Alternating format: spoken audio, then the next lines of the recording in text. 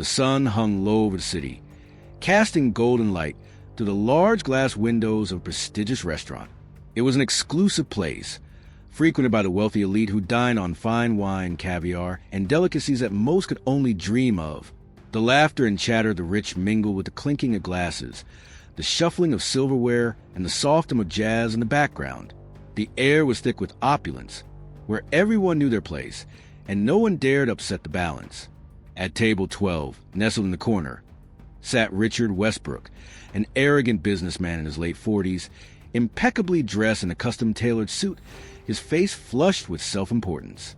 Westbrook was known in certain circles for his cutthroat business practices and his ruthless nature, climbing the corporate ladder by stepping on whoever stood in his way. To him, people were either useful tools or invisible, and those who weren't worth his time were to be dismissed without a second thought. Behind the scenes, serving his meal with precision and quiet grace, was Isaac Daniels, a black man in his late 20s who had been working at the restaurant for almost a year. Isaac had come to the city with dreams of becoming a successful architect. However, like many others, he had struggled to find his footing in a world that often looked down on him because of his skin color. For now, he was content with his job at the restaurant, even though it often left him feeling invisible to the powerful people he served daily. Isaac's hands moved with practiced ease, bringing Westbrook his third glass of red wine as he muttered a polite, "Enjoy your meal, sir." But as his words left his lips, Westbrook looked up from his phone, his eyes scanning Isaac's attire with disdain. Isaac was in a simple uniform, black slacks, a white shirt, and a black apron. And yet to Westbrook, he was nothing more than an object, a servant to be ordered around. "Excuse me," Westbrook barked, a sneer crossing his face. "You got something to clean up this mess?" He gestured to his plate, not even looking at Isaac, as crumbs from the gourmet bread spilled onto the pristine white tablecloth. Isaac, used to such requests, nodded. "Right away, sir."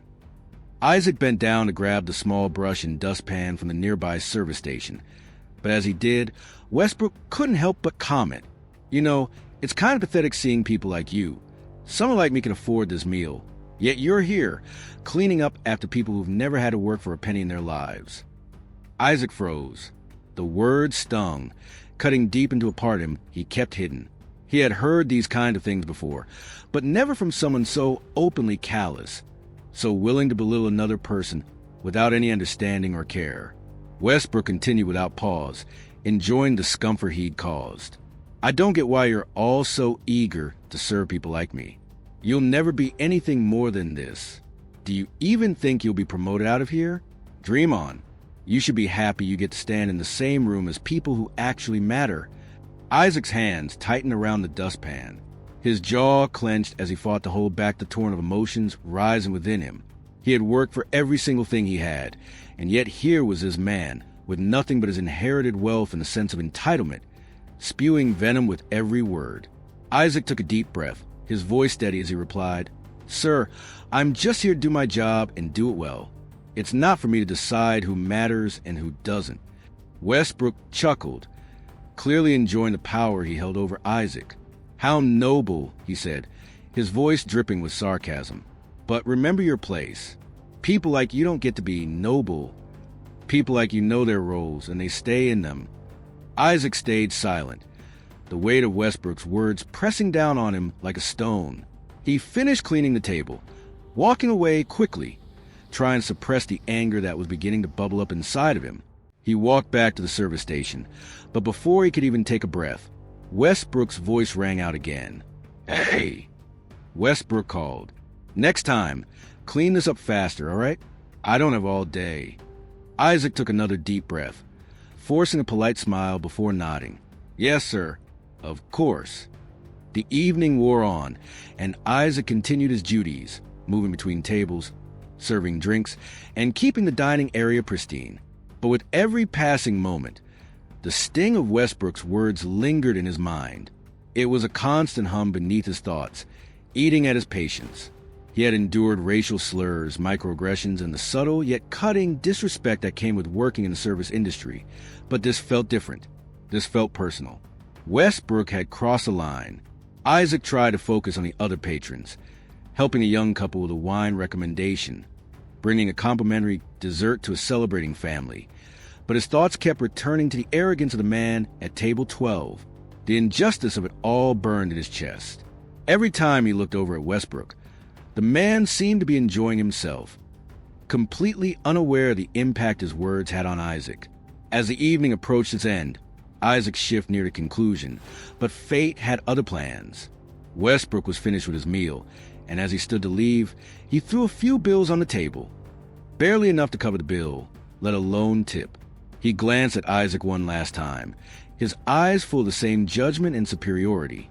"You know," Westbrook said, his voice low enough only Isaac could hear, "I'm not sure how you live with yourself, doing this for a living. You probably think you're better than this. But I know the truth. You're just like all the rest of them. Hopeless." Isaac's heart raced, but something inside him snapped. He couldn't let this man walk away thinking he was better than anyone else, better than him. He had tried to stay composed, to be the bigger person, but this was too much. The years of being overlooked, belittled, and dismissed boiled over in that moment. Without thinking, Isaac turned to Westbrook, his voice steady but filled with force he hadn't expected. "You don't know a damn thing about me, Mr. Westbrook. You think your money means something? You think it makes you better? You're wrong. I've fought harder than you could ever imagine, and I will not stand here and let you disrespect me any longer." Westbrook's eyes widened for a moment, but then a smirk spread across his face. "What? You gonna do something about it, waiter?" Isaac stepped closer, his eyes fixed on Westbrook's face, his voice low and controlled. "Karma's a powerful thing, Mr. Westbrook. It has a way of evening things out. You'll see." Westbrook's smirk faltered, but he said nothing as Isaac walked away. Isaac knew that what he had just said wasn't just about standing up to Westbrook. It was about reclaiming his dignity. He could feel the eyes of the restaurant on him, but for the first time that night, it didn't matter. Later that evening, as Isaac cleaned up the dining area, he received a call. It was from the manager, Greg, who asked him to come to the back office. Isaac's heart skipped a beat. Had Westbrook complained about him? Had he gone so far as to ruin Isaac's chances at getting a better position at the restaurant? Isaac walked to the back office with a heavy heart, preparing himself for the worst. But when he entered, Greg's expression was one of surprise, not anger. "Isaac," Greg said, sitting at his desk, "I need to talk to you about something that just came up. There's been an issue with a customer, Mr. Westbrook. Apparently, he's had a history of making complaints about employees here, and, well, let's just say he's not a fan of the way he's been treated tonight." Isaac's chest tightened, but before he could say anything, Greg continued. "However, I've just received word from the head office. It seems Westbrook has a lot of legal problems he hasn't been forthright about. The company's been doing an internal review of his business dealings. Turns out he's been under investigation for fraud. The higher-ups are concerned about his behavior, and after tonight, we're cutting ties with him." Isaac's mind was spinning. Karma, he thought, the very thing he had spoken about earlier. The next day, Isaac walked into the restaurant and found a note on the manager's desk. It was an official notice. Westbrook's account was closed. He was banned from the restaurant, and all of his future business dealings with the restaurant were canceled. Isaac couldn't help but smile. That afternoon, when Isaac returned home, he saw a message waiting for him on his phone. It was from Claire, the head of the restaurant's human resources. She had been impressed with how he handled the situation the night before. "Isaac," the message read, "we've been reviewing your performance here at the restaurant, and I want to offer you a promotion.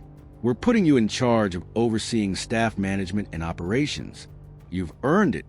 The words were a validation of everything Isaac had worked for. He had stood up for himself and had been rewarded with the respect and recognition he deserved. Later that evening, Isaac sat in the quiet of his small apartment, reflecting on the events of the day. The weight of Westbrook's insults still lingered. But now, it was clear that karma had played its hand.